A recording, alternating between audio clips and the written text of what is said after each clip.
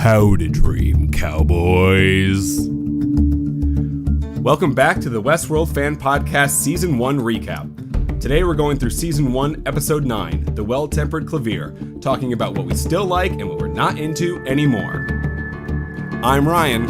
And I'm Justin. And this is the Westworld Podcast. Hey, you're not James. Oops. Yeah, right. James is busy doing work on his thesis. He just got something dropped on him by a professor out of the blue. So he is taking episode 9 and episode 10 of our Rewatch off. But he will be back on April 22nd, or at least the day after April 22nd, the Monday after when we record our show, for the season 1 premiere of Westworld. But because he's doing his thesis and because we only have about a week left until the actual premiere, our pal Justin, who you all met during the season 1 retrospective that we did. That was me. Yep. It is here and is just helping us out. One perk is that, while James and I do this from separate continents during the morning and the evening, respectively, Justin and I are in the same room right now.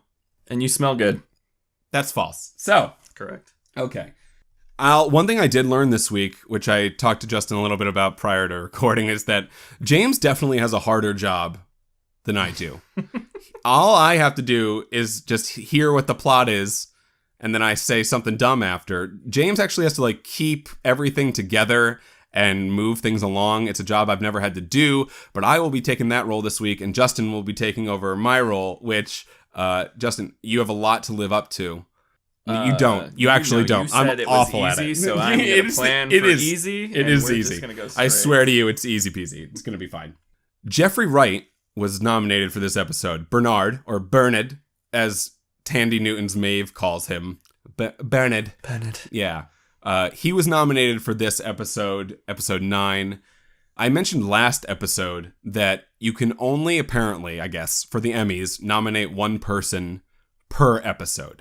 For the major awards, supporting and regular. So for this episode, episode 9, Jeffrey Wright got nominated. The episode prior to this, Tandy Newton got nominated. And prior to that, it was Anthony Hopkins got episode 7 nominated for him, while Dolores / Evan Rachel Wood got episode 10 nominated for her, which I think, of course, makes sense. She's the star of the show. She's the actual star of the show and the engine that goes along. But I'll ask you the same question that I asked James last week, which was, do you think that Jeffrey Wright's Bernard deserved the episode 9 nod? Which, by the way, at the end of this, none of them won. That's true. So did Jeffrey Wright deserve the episode 9 nod, or do you believe that Anthony Hopkins got screwed with the 7th episode and Tandy Newton could have probably fallen anywhere on the season and done a great job? Her character is the breakout star of the season, to be argued. But do you think he got screwed? I am a little biased towards Sir Anthony Hopkins. Right, a lot of people would be. Naturally, I think whenever he was on the screen in any episode, could have been nominated, really. Right. He's just a powerful person to have there, regardless. But as far as episode 9 for good old Bernarnold, we're allowed to say that? Bernarnold, it is confirmed. I wouldn't say cheated. Yeah. But it was more along the lines of right. And I'm not putting down Jeffrey Wright's Bernard. I love Bernard. Him and Maeve both play moments of betrayal very, very well, which they're going through on an episode basis. They learn and relearn things that are just awful. They're good with pain. Right. They're really good with pain because, Ford let him marinate. He gave him time, which we'll get into at the end of the episode. But so let's get into it. There's a lot that happens in episode 9.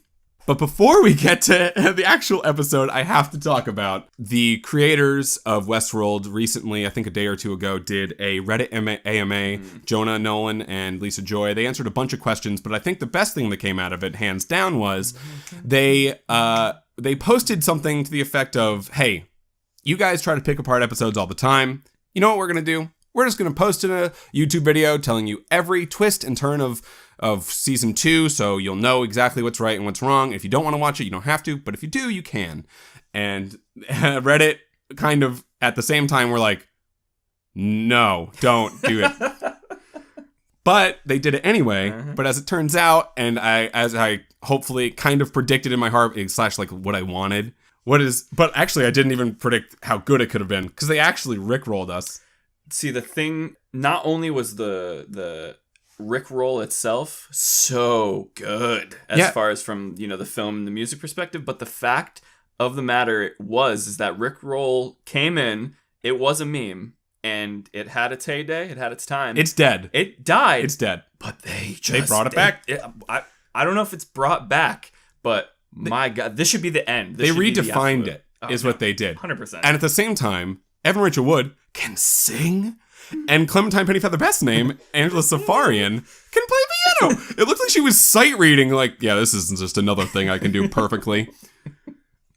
And then to make it a 30-minute long episode after like the first 4 minutes of rickroll, it's just 26 minutes of a dog, who I believe at the end they say is dead because they dedicated the YouTube video to him, which is also sad. This show brings a lot of sadness on a lot of accounts. Emotions. Yeah, so many emotions, most of them sadness. So let's get into the actual episode. Watching the previously on Westworld for this episode reminded me that when the Man in Black went to go see who he really was by killing Maeve and her daughter, something that will haunt her forever and affect her very last moment of this season, she actually stabbed him. Like, what he kept saying was, like, she was alive. But what he means by that is she stabbed him in the neck like she would Sylvester. So he's actually talking about, when he says that he felt alive, all he's really talking about is, I want the violence to be real. And he keeps saying that. But, like, all this season, he gets the crap kicked out of him more and more. Even so, to the point where, like, at the end, he gets shot. And just joy. He's happy, right? Which is one of the better moments, I think, of the season, where Ed Harris gets shot and you'd think, like, anyone else.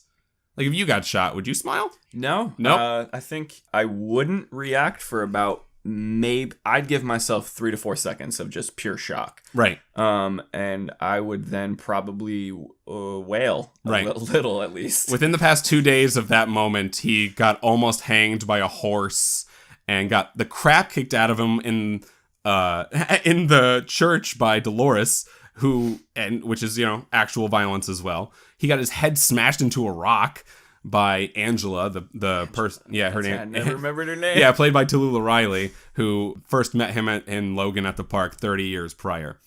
So he's getting a lot of violence. I think he's actually like found the thing he wants and doesn't realize it, right? Violence against him is just what his main goal is. And he keeps talking about it like it's not happening to him. He's getting the crap kicked out of him on a pretty constant basis these days. He's insatiable. Yeah, he really is, to the point where he gets shot and he's like, oh, yeah, there it is. He wants death. There. Really. Well, that's true. When we'll get. We're now 9 minutes in, haven't covered one thing of the episode. We're going to do this. Okay. After being pulled in for analysis, Maeve pretends to be functioning in standby mode while Bernard interrogates her. Having acquired administrative privileges to control other hosts, she freezes Bernard briefly and reveals to him his identity as a host. Bernard was very, very bewildered. He was sad. He's sad so many times in 2 straight episodes, over and over and over. But again, like, that is the trauma. That's the soup, the gumbo that Ford is trying to make here. And it seems like it's working. Especially on Bernard. Right. Of all the hosts. Yeah. And this is a great scene between Tandy Newton's Maeve and Jeffrey Wright's Bernard, which, again, I'll say, I was a naysayer on the Maeve storyline the first time around. Same. The second time around, I think it's my favorite one. And Justin made a head nod that he doesn't agree, but that's great. Not agreeing is the cornerstone of podcasting. We're here. Yeah, we're here. We're ready to roll. Bernard, who at this point in time was already wiped of his memory of killing Teresa and of realizing he's a host, reconfronts his identity crisis, has a bad time. And Maeve convinces Bernard to let her back into the park while she encourages him to search for the deeper truth concerning himself. Which are all the answers that his creator may or may not have. Right, and the person he doesn't know yet, but will know pretty soon to be the person he was designed after completely. We jump over to Logan and William 30 years prior to the events. Logan is Hand of the King. We zoom in on, he has kind of the Hand of the King thing from Game of Thrones. He says he's a major of the Confederados gang now. Hand of the King. He's the Hand of the King, if we're all being honest with ourselves. Logan takes the captured William and Dolores to a Confederado camp. William tries to convince Logan to use his contacts in the park to smuggle Dolores to safety, but Logan instead cuts open Dolores' belly to show William she's not real. I think the funniest part about Logan's character is, especially with William 30 years in the past, is the fact that William was, or still did, was supposed to marry his sister. Right. So this entire time he's like, dude, this robot chick, like, she's the best. And he's like, hey, man, remember that bro thing we were supposed to do to connect? You're going to be my brother-in-law. My sister. My sister. And my father, James Delos, who we saw in the trailer, and is Logan's father, but who, we're going to meet pretty soon. That's pretty interesting. Yes. For a moment before Logan opens Dolores up, Dolores says something like really heavy. And Logan is for a quick moment looks at her like, oh, that's interesting. Like almost getting it. And then he like wipes that away from you. He's like, all right, stab. Yeah, screw that. No, never mind. I'm going to stab her anyway. During that scene also, Jimmy Simpson as William says, don't touch her, which really is like, you will not touch her. Waifu. From the McPoyles and It's Always Sunny, which is also his like best other role, hands down. In response to Dolores getting cut open, Dolores, who, just like Bernard, just realized she was a robot and is having a bad time already, cuts Logan in the face and manages to escape. While running away, she finds that the cut Logan has made in her stomach is mysteriously vanished. Flashback.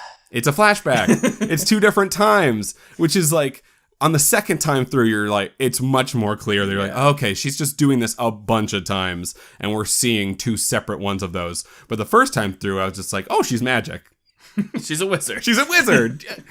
You're a wizard, Dolores. Time-traveling wizard Dolores. Yeah. Hagrid coming up to her. She's living under the stairs. She's got a motorbike and everything. Yeah. Oh, my God. So we see her back in another timeline, reliving her journey to the center of the maze in the present. Logan, 30 years prior, makes amends with William, promising that whatever happens in the park stays in the park. Vegas, bro. Vegas, dude. We can do anything here. We can kill a hooker and everything's fine. I won't tell my sister. It is not fine. It's never. It's not going to be fine. And also, she's really pining over Dolores. That's not my sister. What's up, man? Yeah. I kind of get it from Logan's perspective, even though he's a giant dick. I mean, he was a giant dick the whole time. Yeah, it's not a surprise. Right. And when William finally was like, hey, man, I get it. I'll be a dick too. Logan's like, oh, I'm the dick. But that's me. That's my job. Well, you're doing a good job, but it's me, man. And also, you're very scary. Which leads me to this part where Logan awakes the next morning after they kind of make amends and finds that William has slaughtered all the Confederados. Murdered. Which, by the way, the episode prior to this, when him and Dolores were trying to get to Escalante, and then she walks away for a moment, and they had that other host who was like almost dead, and then Dolores came back and the host was dead. And like, William definitely did that. 100%. You're getting these little hints like, no, this guy is a little off his rocker. William says that he's figured out, quote, how to play the game and threatens Logan into helping him to find Dolores. So that was the moment he kind of broke and was like, well, I guess this is my game. Because he lies to Logan knowing that he was going to wake up the next morning, kill all the Confederados, put Logan in some, tie Logan up and be like, okay, I'm the boss. I am the captain now. Which was one of the better I am the captain now moments in any other equivalent. Right. And he's like, not even Tom Hanks. He rode off on a naked cowboy or a naked horse. He's crazy. He's crazy. James, I don't know about your son. He seems like a little bit of a kook. You know what you should do? Give me his job. And the company. And then as he's like, oh, by the way, don't call me Billy. You can call me the Man in Black. I wear a way cooler hat now. We jump back to Bernard, who is now aware he's a host again. And he confronts Ford and forces him to restore all of his memories despite Ford's warnings that it could damage him. Bernard and Ford discuss the fact that Arnold was the heavy lifter when it comes to creating and coding the hosts, and insinuates that Ford killed him for it. Bernard insinuates that Ford killed him for it. That's a big thing. He just keeps saying, like, you killed Arnold. And Ford is like, no. Oh, man, I did. I'm going to wait till the end to tell you what it actually is, but I will say no for right now. Instead of even just outright be like, no, dude, I didn't do that, he's just Anthony Hopkins. He has to Anthony Hopkins smirk. out. Yeah. Ugh. Hannibal smirk. As we know now, Dolores was the one who actually killed Arnold. At his word, he programmed her to do so. So Ford gains a big grin, and it's like, okay, whatever, dude. I'm not unlocking your memory, to which Bernard gets Clementine Pennyfeather Best's name, who, as we remember, got lobotomized. And so he's like, well, I can't kill you, but Clem can, and hands her the gun. Ford knows he has a back door this entire time, but is honestly impressed by Bernard's moxie, I believe, and to be frank, his own genius, kind of patting himself on the back like, I'm doing. Like, instead of stopping it, he's just like, oh, we'll see how far this goes. I'm really good at this. It feels like this is the farthest Bernard has ever gone, because later he'd go like, all the way. Right, you're in a loop too. You've awoken multiple times. Maeve's awoken multiple times. Dolores has awoken multiple times, but this time feels a little different. So Bernard's living Arnold's pain over the death of Arnold's son, which is, built in as the cornerstone for Bernard. And it's real because it feels personal. Ford plays his wife. We go back in that Skype conversation where Gina Torres from Firefly/Serenity, she played Zoe, I believe. And then it kind of glitches out. And Ford was his wife the whole time. That has to be like a lot of his day. And it's just a little awkward. Oh, gross. Real gross. It's gross. Ford had to do a few things here that feel overbearing. Just a deep sigh. But he knows as he's doing it, like, I'm causing so much trauma. All this trauma is going to really help him out when he has to kill everybody. As he's going back in memories, he also remembers choking Elsie, but... I'm so glad you threw the butt out. I threw that butt out. Threw that right out there. First off, Shannon Woodward tweeted today, I will be back. Which, that is pretty straightforward. Two options. Obviously, they're going to Game of Thrones out. If you don't see the character's Stannis head ripped off their entire body, they're still alive. Right. Or Ford is just going to make her a host. Right. And she's technically still back. Because in the flashback, Bernard is choking her with dead eyes. Oh, yeah. So something has to happen between her dying that 5 seconds later after it cuts out to save her. Right. But she actually comes back later, and we'll get to that, which we can talk about Mr. Ashley Stubbs, who almost never comes up. Also going back through his mind, Bernard sees the aftermath of the Man in Black murdering Maeve, and questions how a host could kill herself like this, which makes him glitch out. We see one of the times where he awakes himself there, actually, and it's through the actions of another host, which is cool because, he awakens in that moment because of something that he thought about. Right, and that Arnold did in the past. Right. Which he, at that point, doesn't know he is Bernarnold. Right. Yeah. Bernard then finally lets go of the memory of his son and remembers when he was first activated. In, I would say, I think one of the saddest scenes of the whole series. The scene in which Bernard is ported back into the thought of his son dying and then freezes everybody and takes them out and is like, I have to say goodbye. Yeah. So this is his cornerstone. Something that Anthony Hopkins' character says, if you get rid of the cornerstone, that's it. You go crazy. But Bernard takes the step out and has to say goodbye to his son, or at least the memory of his son, to rid him of that evil. Do you have thoughts on the scene / what it had to do, or how Ford informed that moment? I like the whole concept behind that, seeing as you had Bernard's cornerstone the entirety of the show, thinking he was Bernard. Yeah. Then you caught a glimpse of him maybe being Arnold, maybe who knows what this is. And then the moment where he's accepting that he was a host, it was almost like a double death. You had to deal with his loss of his son that you felt sad for him for. And then you were like, oh my God, it's fake. And then he's like, I have to give this up. And you're like, this is devastating. Right. It's the amount of trauma. If you had to rank all the hosts for the amounts of trauma that they endure, I think probably number one might be Dolores, to be frank. But Dolores and Bernard are up there. And then Maeve really she had lived a life, other than the time where she was brutally stabbed. Other than that, she had lived a life of, she got moved around and she wasn't really into it until Dolores was violent delights of Violent, and she changed. But right.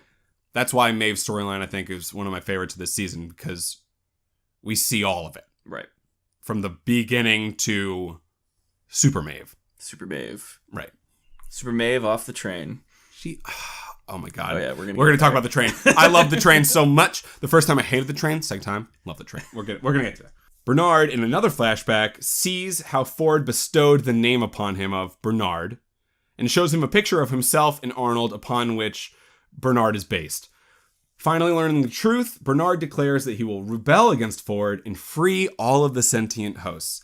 When you saw it first, like Clement's there with a gun, Bernard is there being like, okay, we're done here. Did you think Bernard had a shot at that moment? No, never. Why? I will never bet against Ford. Okay.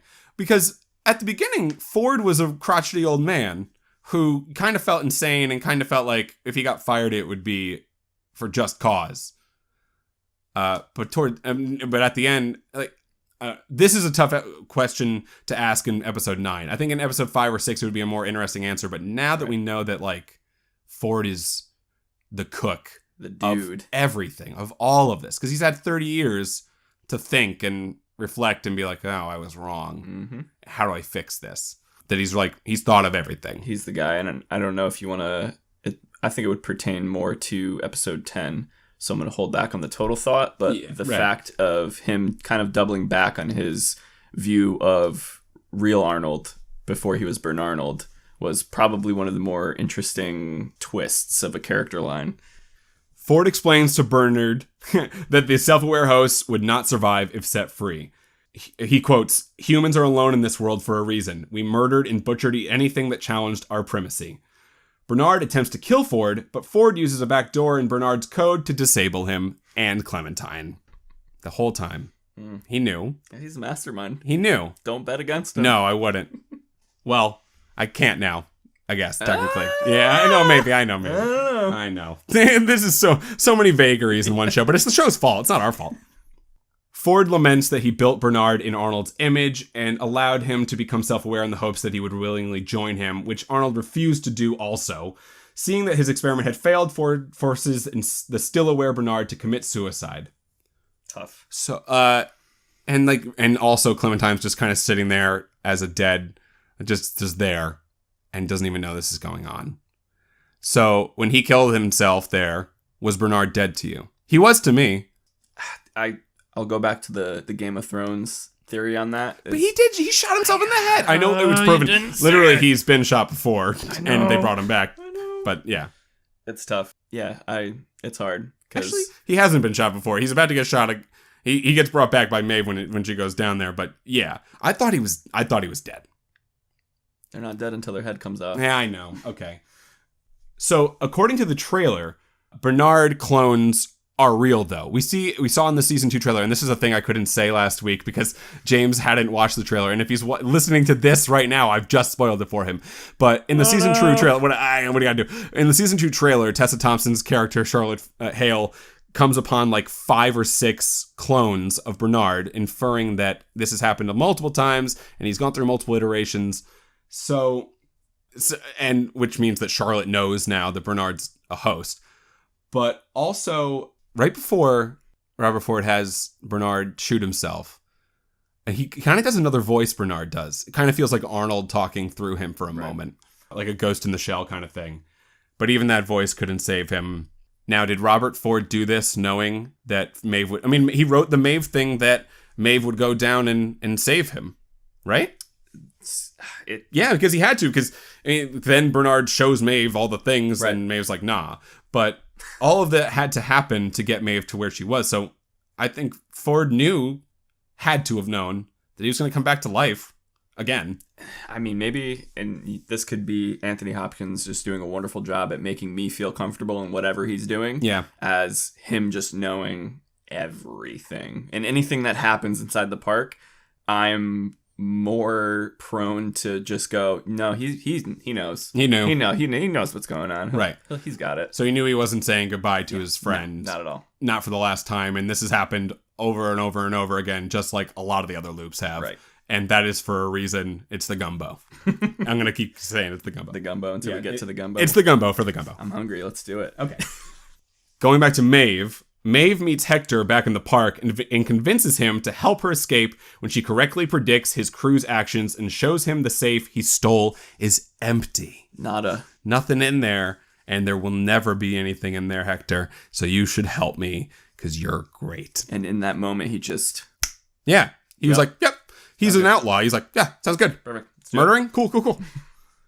She even helps him unlock some of Hector's previous memories. The two have sex after Hector agrees to help her, and Maeve tips over a kerosene lamp to start a fire, intending to kill them both so hard that they actually have to be remade, getting rid of the C6 explosive that is in her, and so she can pretty much, leave the park and be fine. I think one of the things that I have here is that she was going to bring him to hell, and he had mentioned, like, oh, like, how do you get to hell? And the line of, oh, getting to hell is easy. It's getting out. That's the hard part. It was a campy scene. But it was fine. Loved it. Yep. It's like, we are just going to light this bitch on fire. As it was happening, I was like, this is campy, but it's good. So good. But it's good. Xerxes is so hot. I don't know. Anywho.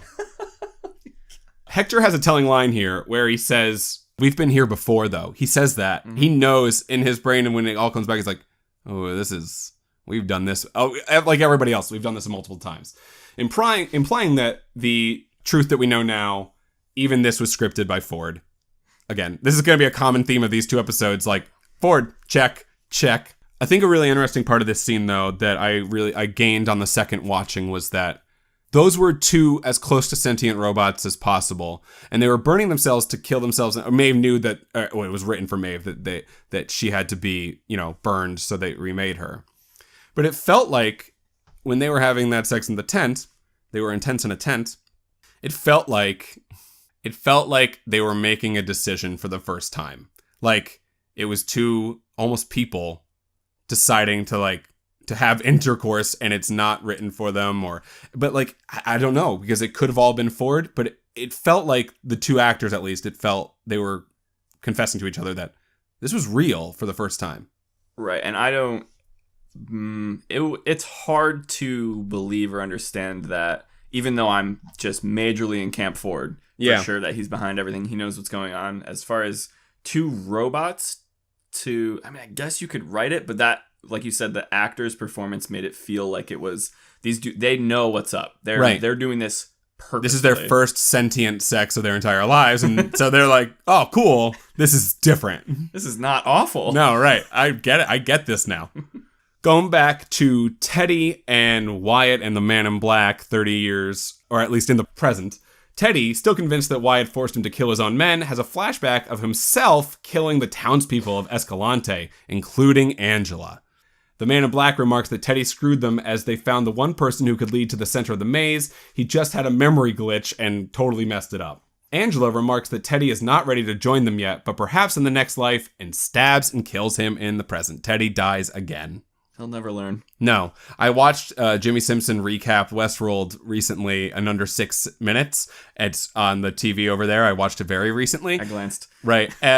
Teddy's not even in the recap. He needs so much more to do, which I think he's going to. It looks like he's kind of like the second in command of Dolores' army in the second season.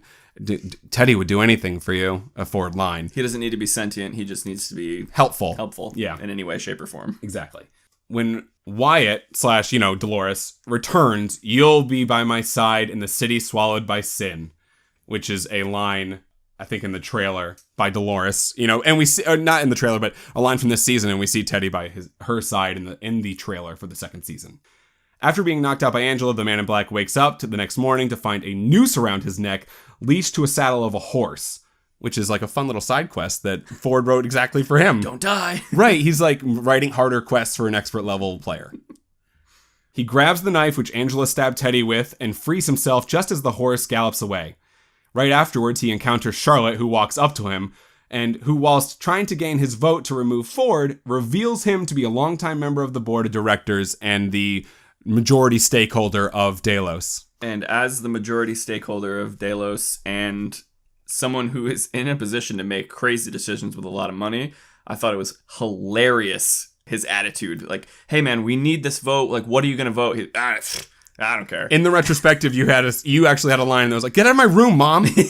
Which I was like, oh, Justin said a cool line. Good job. Good job, Justin. I did one thing. You did a thing. The Man in Black indifferently agrees. He's like, yeah, whatever. Get forward or out. I don't care. He's not the guy who wrote the stuff that I care about. He's talking about Arnold, of course. We then fast forward, or not really fast forward, but around the same time, where Ashley Stubbs, played by the oldest Hemsworth brother, Luke, investigates a signal from Elsie's handheld device in a remote section of the park and is ambushed by Ghost Nation warriors who ignore his voice commands to stand down. He's not dead. No, I don't think he is. Not at all. I think he's a Stannis, as well as Elsie, as well as Tessa Thompson, who we'll get to, but at the end, they don't show her die either when Dolores is shooting into the crowd. Yeah. So is it possible that Elsie is now like the leader of the Ghost Nation, like silently, and like a rebel leader with them? And Elsie? yeah, maybe like the Ghost Nation, and she's like, go get my friend Ashley. Oh, and instead of attacking, they were like, come with us. Yeah. We need to bring you to our leader, Elsie, and she's just in the park now. And she's like, oh yeah, these guys, Ghost Nation. Well, then wouldn't Bernard have to have something to do with that? Right, something, because he couldn't have killed her, and something had to have happened in that moment for him not to kill her. If Elsie knew maybe a line that could shut Bernard down, right, she could have got out of that. Right, and then in that moment learned that he was a host. Oh, that probably is how it happens. Cool. Calling it. Yeah. You heard it here first. Yeah, exactly. And then there was a thing on the Delos website. It was a little Easter egg where it was a communication from Elsie, and it said hello. So it also confirms she's alive. She's definitely coming back. Yeah, for sure. Confirmed. We jump back to Dolores, who returns to Escalante, the abandoned town, and has a vision of entering the church, where her other hosts are sitting on the benches and appear to have conversations with someone that they can only hear, who we would learn later is Arnold's bicameral mind talking to them, and they're all going nuts. Dolores goes into the confessional box, which takes her to an underground lab, where she remembers in a flashback she also sees an amazing CGI Ford from 35 years ago, whom was running around to go yell at Arnold, probably about the Dolores thing. That she killed Arnold. I think from the moment that Dolores walked into the church, you know, aside from a show like Game of Thrones, which is obviously another HBO, which sure, waiting for forever. I was so engaged in that entire scene. Oh, especially, absolutely. You know, walk into the confession box, and the moment you realized it was an elevator, I was like, this is gonna be important. Right, exactly. And the CGI Ford was so good. He was just running through, and you're like, I believe that is a young Anthony Hopkins. He looks stressed. He does. I believe it. You know, so she killed Arnold, or more accurately, Arnold had her kill him, which will be important later when she does something similar again. As she does this many more times in the next 30 years, including this time, remembering she killed Arnold, you know, in the loop over and over, she then returns to the surface afterwards and encounters the Man in Black, much to her horror. But before she realizes that it's the Man in Black, she calls out, William? Oh God. Oh, God. You guys are going through so much. It is hard to understand. It's gotta be tough to be a robot. It is tough to be you. It's okay. You'll lead the robot genocide of the human race. Although in the trailer, it kind of looks like it would be Maeve v. Dolores in season 2. Like, Dolores kind of on the side of like, no, we should kill everybody. Literally. And like, who wants to get out of here? I want to take over this world. And Maeve's kind of like, no, outside, dude. Although she comes back. Well, in a moment. And actually, that's more episode 10. We'll get to that. But like, I was thinking after the episode ended, they actually, like, they pulled such a trick on us. They got us to root for the zombies in Walking Dead. Yeah. And that makes me more excited for season 2. Because not only are they going to be sentient and they're not zombies in that case, but you know they're robots. Right. So it's still zombie. It's not humans. At least, yeah, right. It's just not another human being, because Ford is like, I choose my guys. I choose what I did. And Arnold, it's a testament, I think, to what he believes was a mistake and how Arnold succeeded. He just didn't take the time. Didn't quite get to the point. For making, remember what he made? Some gumbo. Some gumbo. That's a dumb line. James is gonna. I hate every time he says gumbo. I'm editing it. I don't care. Clap right here. Clap. So anyway, do you have any final thoughts or final comments on episode 9?